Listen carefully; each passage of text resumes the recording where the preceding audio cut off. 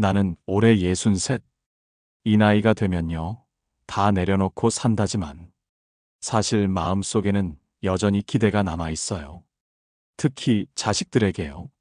남편은 일찍 세상을 떴고 혼자 힘으로 두 아이를 키웠어요. 고등학교 졸업할 때까진 하루도 안 빠지고 도시락을 쌌고 대학 등록금도 첫 전세금도 어떻게든 마련했죠. 우리 엄마는 슈퍼우먼이야. 애들이 그렇게 말하던 때가 있었어요. 그 말 한마디에 잠 못 자고 일하던 밤도 견뎠고요. 근데요, 언제부터였을까요? 연락이 점점 줄고 전화해도 바빠서 끊어야 돼가 전부가 됐죠. 첫째는 결혼하고 나더니 명절에도 얼굴 안 비추고, 둘째는 서울로 올라가더니 연락이 끊겼어요. 어느 해엔 생일에 문자 한 통 없더라고요. 그땐 진짜 마음이 철렁 내려앉았어요. 그래도 바쁘겠지라며 제 마음을 다독였죠. 그러다 내가 크게 아팠던 적이 있어요. 갑상선에 혹이 생겨 수술을 받았고 병원에 며칠 누워 있었어요. 입원실에서 하루 종일 멍하니 천장만 바라봤어요. 애들한테 연락해야 하나 아니야. 그만하자. 그때 정말 단념했어요. 퇴원 후 집에 돌아와 텅 빈 방 안에서 혼잣말했죠. 그래, 이젠 혼자 살아야지. 그렇게 1년쯤 지났을까요? 어느 날 그 일이 있었습니다. 아무런 예고도 없이 현관문이 열리더니 첫째, 둘째가 차례로 들어오는 거예요. 처음엔 꿈인 줄 알았어요. 둘 다 한 손엔 케이크, 한 손엔 꽃을 들고 있었거든요. 그리고 작은 봉투 하나. 그 안에는 손편지가 들어 있었어요. 엄마, 우리 진짜 미안해요. 너무 늦게 와서 미안해요. 그 순간 눈물이 멈추질 않았어요. 그날 밤 애들이 돌아가고 난 뒤 나는 손편지를 수십 번도 넘게 읽었어요. 그 조그만 종이 한 장에 내가 그토록 듣고 싶었던 말이 다 들어 있었거든요. 엄마, 우리 진짜 미안해요. 요즘 들어 엄마 생각이 자꾸 나더라. 그땐 왜 그렇게 무심했는지 모르겠어. 처음엔 믿기지가 않았어요. 얘들이 왜 이러지? 무슨 일이 있었던 걸까? 그 다음 날 첫째가 전화를 했어요. 엄마, 혹시 시간 괜찮으면 같이 밥 먹자. 그래서 집 근처 국밥집에서 마주 앉았죠. 식사 중간쯤 조심스럽게 말하더라고요. 엄마, 나 사실 얼마 전에 응급실 다녀왔어. 회사에서 쓰러졌는데 순간 엄마 생각이 나더라. 그날 이후로 내가 엄마한테 너무했구나. 엄마가 아프셨을 때 나 뭐 했지? 그런 생각만 계속 들었다고 해요. 둘째는 얼마 전 친구의 어머님이 돌아가시는 걸 봤대요. 장례식장에 다녀와서 멍하게 하루 종일 있었다고 하더라고요. 그때야 깨달았대요. 내가 엄마를 너무 당연하게 여겼구나. 두 아이가 각자 다른 이유로 엄마라는 존재를 다시 생각하게 된 거예요. 내가 아무리 말해도 안 듣던 애들이 세상이 한번 흔들어 주니까 비로소 눈을 떴던 거죠. 엄마, 이젠 자주 올게. 앞으로 엄마 생일 절대 안 잊어버려. 그 말이 어찌나 따뜻하던지요. 근데요, 기뻐서 한참 울고 나서 문득 이런 생각도 들었어요. 왜 엄마의 아픔은 늘 나중에서야 깨닫게 될까? 나는 분명히 수없이 신호를 보냈는데 그때는 다들 바쁘다며 모른 척 했거든요. 그러다 본인들이 아프고 외로워지니까 비로소 엄마가 떠오른 거죠. 그게 서운하면서도 어떻게 미워하겠어요? 그게 또 자식이라는 이름이니까요. 그날 이후 우리 가족은 조금씩 달라졌어요. 둘째는 매주 영상통화를 하고 첫째는 명절마다 제일 먼저 달려오죠. 물론 완벽하진 않아요. 가끔은 연락이 뜸해지기도 해요. 근데 예전처럼 서운하진 않아요. 왜냐면 이젠 나도 변했거든요. 아이들이 달라졌던 만큼 저도 많이 변했어요. 그 전까진요, 늘 애들 눈치 보며 살았거든요. 전화 안 오면 속상하고 카톡 답장 늦게 오면 혼자 별의별 상상 다 했죠. 내가 뭘 잘못했나? 혹시 내가 짐이 된 건 아닐까? 그렇게 마음 졸이던 날들이 얼마나 많았는지 몰라요. 근데 이제는요, 기다리기보단 내 삶을 먼저 챙기기로 했어요. 아침엔 무조건 산책부터 나가요. 햇살 좋은 날 공원 걷다 보면 마음이 괜히 따뜻해져요. 주민센터에서 하는 수채화 강좌도 등록했어요. 색칠하면서 마음이 평온해지는 걸 느꼈죠. 예전엔 애들 올까봐 집에 있어야지 그랬는데 이젠 내가 나가고 싶으면 나가요. 심지어 혼자 영화관도 갑니다. 커피 한 잔 마시고 책방 구경도 하고요. 그런 날이 쌓이다 보니 문득 나 자신이 좀 대견해지더라고요. 그래, 나 혼자서도 잘 살 수 있구나. 그걸 느낀 순간부터 애들한테도 예전처럼 애달지 않았어요. 그랬더니 신기하게도 아이들이 더 자주 연락해요. 엄마 뭐해? 오늘도 산책했어요? 이렇게 사소한 대화가 오가는 게 이제는 제 일상이 됐죠. 그러고 보니 나도 애들도 서로에게 너무 큰 기대를 했던 것 같아요. 나는 내가 모든 걸 해줬으니 그만큼 돌려받고 싶었고 애들은 엄마는 늘 거기 있을 거라고 당연히 여겼던 거죠. 근데요, 이제는 알아요. 기대가 크면 상처도 크다는 걸. 그래서 이제는요, 서로 적당한 거리에서 조금씩 다가가는 걸 선택했어요. 그게 우리 가족에겐 가장 건강한 방법이더라고요. 그런데요, 진짜 변화는 그날 이후 또 다른 계기로 찾아왔어요. 그날은 평범한 일요일이었어요. 마침 날씨도 좋아서 산책을 마치고 집에 들어오던 참이었죠. 현관 앞에서 익숙한 목소리가 들렸어요. 할머니. 고개를 돌리니 작은 손이 제 다리를 덥석 감싸더라고요. 첫째 딸 아이의 아들, 제 손주였어요. 아, 그 순간 가슴이 먹먹하더라고요. 그동안 너무 자주 못 봤거든요. 한참 클 나이인데 명절에나 잠깐 보는 정도였어요. 근데 그날 애가 엄청 반가워하는데 괜히 눈물이 핑 돌더라고요. 할머니랑 놀자. 손을 꼭 잡고 거실에서 뒹굴고 레고도 만들고 과자도 나눠 먹고요. 그 아이가 제 무릎에 기대서 졸다가 툭 하고 이런 말을 하더라고요. 할머니, 우리 집에 살아. 순간 심장이 철렁했어요. 그 말이 그냥 하는 말일 수도 있지만 저한텐 세상이 멈추는 느낌이었어요. 이 작은 아이가 날 가족으로 이렇게 깊이 받아들이고 있구나. 그리고 며느리가 조심스레 얘기하더라고요. 어머님, 저희 집 근처로 오시는 거 어때요? 한참을 말없이 앉아 있었어요. 그 말이 기뻤지만 왠지 모르게 겁도 났어요. 예전처럼 상처받으면 어쩌지? 혹시 또 외로운 날들이 반복되면? 그런 불안이 올라왔죠. 하지만 며느리의 말이 이어졌어요. 사실 저희도 많이 배웠어요. 어머님이 얼마나 외로우셨을지 아이 키우면서 느꼈어요. 엄마 마음이 뭔지요. 그 말에 눈물이 또르르 흐르더라고요. 며느리와 눈 마주친 게 얼마만이었는지 몰라요. 서운했던 마음, 쌓였던 감정이 조금씩 녹아내리는 느낌이었어요. 그래, 이젠 나도 누군가에게 기댈 수 있으면 좋겠구나. 그날 저녁 손주가 잠든 걸 보며 속으로 다짐했어요. 그래, 나 다시 한번 시작해보자. 며느리의 제안 이후 며칠 동안 마음이 어지러웠어요. 가까이 가면 또 상처받을까봐 망설여지더라고요. 하지만 손주의 말이 자꾸 떠올랐어요. 할머니, 우리 집에 살아.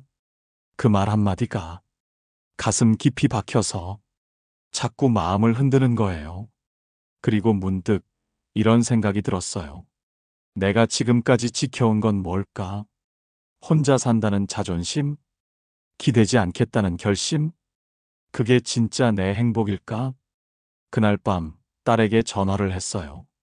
너희 집 근처에 전세 괜찮은 데 있으면 한번 보자. 딸이 놀라서 묻더라고요. 진짜예요, 엄마? 우리 옆에 오실래요? 작은 웃음이 나왔어요. 이제 나도 좀 기댈 데가 있었으면 좋겠어. 그렇게 본격적으로 이사 준비를 시작했어요. 딸네 집에서 도보 10분 거리, 작고 조용한 아파트 한 채. 짐 정리하면서 낡은 앨범을 펼쳐봤어요. 아이들 어릴 때 사진, 내 젊은 시절, 가족이 함께 웃던 순간들.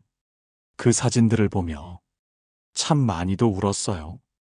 그땐 우리가 참 가까웠는데 왜 이렇게 멀어졌었을까?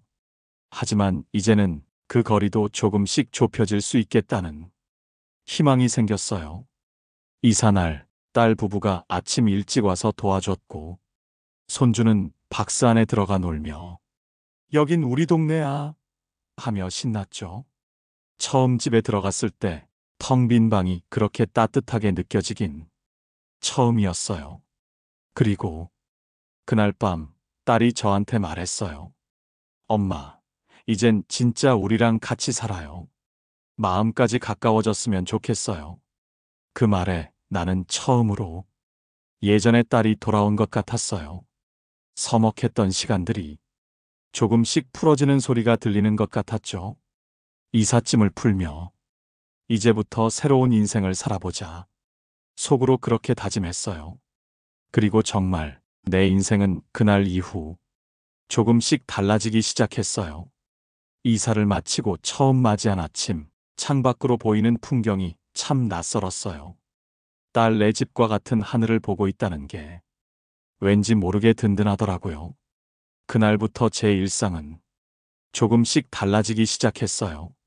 먼저 아침 산책 코스가 바뀌었죠. 손주 유치원 등원길에 같이 걸어가는 게 일상이 됐거든요. 할머니 오늘도 같이 가요. 작은 손을 꼭 잡고 걷는 그 길이 그토록 따뜻할 줄은 몰랐어요. 그전엔 늘 혼자였어요. 마트도 병원도 산책도 누구랑 말 한마디 섞지 않고 하루를 보내던 날들이었죠. 하지만 지금은 달라요. 길 가다 보면 손주의 친구 엄마들이 어머님, 안녕하세요. 인사해주고 동네 카페 주인도 오늘은 손주랑 안 오셨어요? 물어봐줘요. 내가 이 동네의 누군가가 됐다는 느낌, 그게 얼마나 큰 위로가 되는지 몰라요. 딸과의 관계도 달라졌어요. 이전엔 전화 한 통 하기 힘들던 사이였는데, 이젠 매주 일요일이면 딸 부부와 저녁을 함께 해요. 가끔은 딸이, 엄마, 오늘은 제가 차려드릴게요. 그러면 괜히 울컥해요. 이런 대저, 참 오랜만이라서요. 며느리도 종종 연락해요. 어머님, 시간 괜찮으세요? 같이 장 보러 가요. 그 한마디가 저한텐 큰 변화의 증거였어요. 며느리와 단둘이 마트에서 장바구니를 밀며 이런저런 얘기를 나누는 시간이 이렇게 편안할 줄 누가 알았겠어요. 서로를 조금씩 이해하려는 그 마음, 그게 바로 가족의 힘이구나 느끼게 됐죠.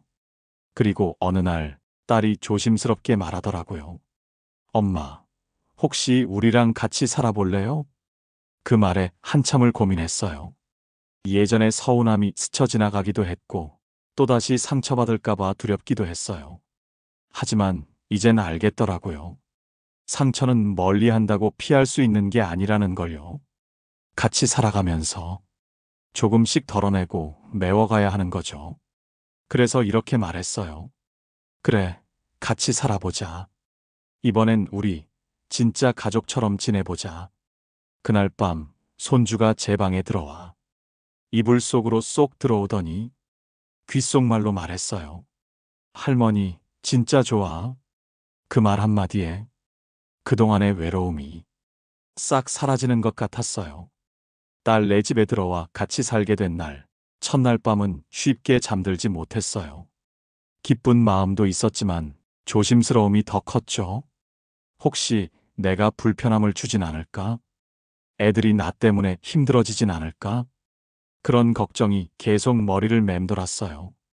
하지만 다음 날 아침 딸이 부엌에서 엄마, 커피 드실래요? 라고 말하는 순간, 아, 나 정말 이 집의 가족이구나. 그게 실감났어요. 딸은 일하느라 바쁘고 사위도 새벽같이 출근하니 저는 자연스럽게 손주 등하원을 맡게 됐어요. 할머니는 내 친구야. 손주가 친구들 앞에서 그렇게 말했을 때 그 작은 한마디가 제 마음을 얼마나 따뜻하게 했는지 몰라요. 하지만 함께 사는 일은 좋은 점만 있는 건 아니더라고요. 가끔은 사위의 눈치가 보이기도 했고 딸과 살림 방식이 달라 작은 일에도 부딪히곤 했어요. 엄마, 요즘은 애 간식 그렇게 안 줘. 엄마가 너무 참견하는 거 아니야? 그럴 때마다 속으로 삼켰어요. 그래, 내가 나섰다간 더 멀어질 수도 있지. 스스로를 자꾸 눌렀죠. 그러다 어느 날 딸이 저녁 준비를 하다 말고 갑자기 울먹이는 거예요. 엄마, 사실 엄마가 우리 집에 와줘서 정말 고마워. 그 한마디에 저도 울컥해서 말했죠.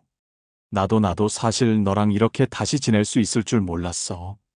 그날 이후로 우린 조금씩 솔직해졌어요. 속마음을 자주 털어놓게 됐고 서운한 건 그때그때 이야기했어요. 며느리와의 관계도 전화로만 지내던 사이에서 가끔은 둘이서 영화도 보고 함께 반찬도 만들게 됐어요. 처음엔 어색했지만 서로의 마음을 조금씩 알게 되면서 진짜 가족이 되어갔죠. 그리고 또 하나 가장 큰 변화가 있었어요. 그건 엄마라는 이름의 의미를 다시 생각하게 된 일이었어요. 엄마라는 이름, 정말 평생을 불려온 이름인데 이제야 그 무게를 다시 느끼게 됐어요. 아이들 어릴 땐 그 이름 하나로 살았죠. 배고파도 아파도 엄마니까 참을 수 있었어요. 근데 애들이 크고 나니까 그 이름이 점점 잊히는 것 같았어요. 누구도 절 엄마라고 불러주지 않고 그저 혼자 조용히 살아가는 사람. 그게 제 모습이었죠. 그러다 손주가 생기고 딸과 함께 살면서 다시 그 이름이 살아난 거예요. 엄마, 이거 좀 봐줘요. 할머니, 같이 놀아요. 이런 말들이 제 일상을 다시 채워줬어요. 그러면서 생각했어요. 내가 그동안 너무 받기만 했던 엄마가 되진 않았을까. 정말 힘들 땐 아이들한테 말도 못하고 괜찮은 척 괜찮다고만 했으면서 속으론 섭섭함만 쌓아왔거든요. 아이들도 그걸 몰랐던 게 아니라 내가 그 마음을 제대로 말하지 않았던 거겠죠. 이제야 알겠더라고요.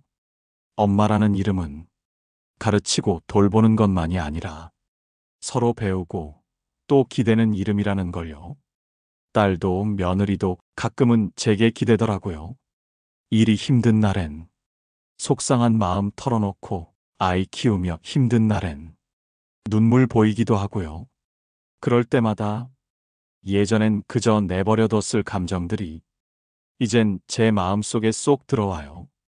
그래, 이젠 같이 사는 거니까.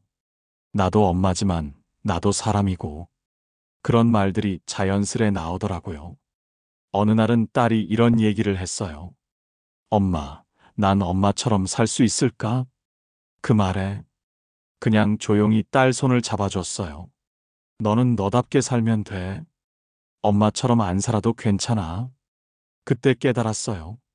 진짜 엄마란 자식이 자기 삶을 온전히 살아가게 해주는 사람이구나. 그날 이후 내 마음속의 엄마는 조금 더 여유로워졌어요. 그리고 곧 또 하나의 변화를 맞이하게 됐어요. 내 인생의 마지막 장을 어떻게 채울지에 대한 큰 결정이었죠. 같이 사는 생활이 익숙해지면서 문득 이런 생각이 들었어요.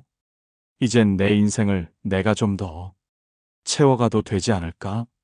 아이들 뒷바라지, 손주 돌봄, 가족 챙기기. 그건 너무 익숙한 일들이었지만 정작 내 시간을 위한 삶은 살아본 적이 없었거든요. 그러다 동네 복지관에 시니어 글쓰기 모임이 있다는 걸 알게 됐어요. 처음엔 망설였죠. 내가 무슨 글을 써? 글씨나 제대로 쓸 수 있을까? 근데 어느 날 딸이 제 손을 꼭 잡고 말하더라고요. 엄마, 지금 아니면 언제 해봐요? 엄마도 엄마 인생 살아야죠. 그 말에 용기 내서 모임에 나가봤어요. 첫날 종이에 펜을 들고 가만히 앉아 있었는데 글이 잘 안 나오는 거예요. 무슨 말을 써야 할지 모르겠고 괜히 눈물만 나더라고요. 근데 선생님이 다가오셔서 이렇게 말씀하시더라고요. 그냥 오늘 있었던 일 한 줄만 써보세요. 그것도 글이에요. 그 말 듣고 오늘 손주가 내 손을 꼭 잡았다. 그렇게 적었어요. 그리고 다음 주엔 딸이 오늘 내 국을 맛있다며 2그릇이나 먹었다. 그 다음 주엔 며느리가 내 손을 꼭 잡아줬다. 그렇게 한 줄씩 적다 보니 어느새 노트 한 권이 가득 찼고 내 마음속에도 조금씩 따뜻한 바람이 들어오기 시작했어요. 그리고 생각했죠. 이제는 정말 내 인생도 한번 써볼 수 있겠다. 그동안 참 많이 눌러왔던 감정들, 참았던 말들, 잊으려 했던 기억들, 그걸 하나하나 적어나가면서 내가 어떤 사람인지, 무엇을 원해왔는지 조금씩 알아가고 있었어요. 딸도 며느리도 그 노트를 보고 말했어요. 엄마, 이거 꼭 책으로 내야 해요. 처음엔 웃고 넘겼지만 이젠 진심으로 생각하고 있어요. 언젠가 내가 살아온 이야기를 누군가 읽어줄 수 있다면 그게 나의 마지막 인생 선물이 되지 않을까 싶어요. 그리고 그 과정 속에서 정말 소중한 걸 하나 다시 찾게 됐어요. 이제는 하루가 참 고요해요. 아침에 눈 뜨면 커피 한 잔 내려놓고 노트 한 장 넘기며 어제 썼던 글을 천천히 읽어보죠. 글쓰기를 시작하고 나서 삶이 참 많이 달라졌어요. 예전엔 누가 날 봐줬으면 했고 누가 나를 챙겨줬으면 했는데 이젠 그냥 내가 나를 잘 챙기자. 그 마음 하나면 충분하더라고요. 손주는 여전히 밝게 자라고 있고 딸과 며느리는 이제 정말 친구처럼 마음을 나눌 수 있는 사이가 됐어요.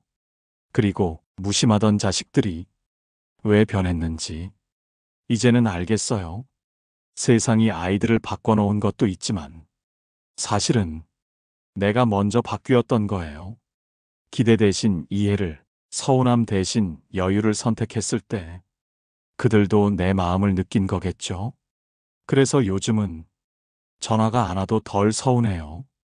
오랜만에 와도 왜 이제 왔니 대신 와줘서 고맙다라고 말하게 돼요. 내가 내 마음을 돌보기 시작하니 세상도 가족도 조금씩 더 따뜻하게 다가왔어요.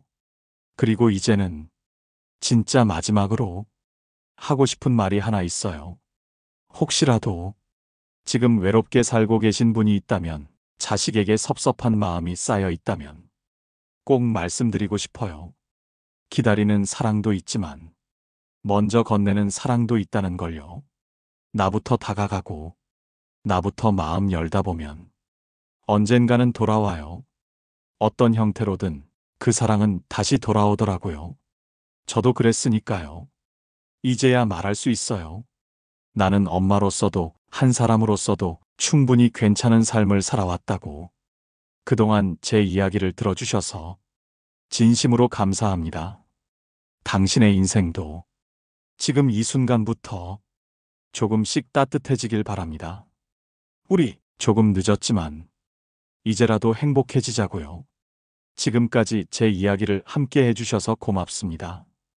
이건 누군가의 삶이자 어쩌면 당신의 이야기이기도 하니까요. 다음 인생 이야기도 조금 더 따뜻한 마음으로 준비해 올게요.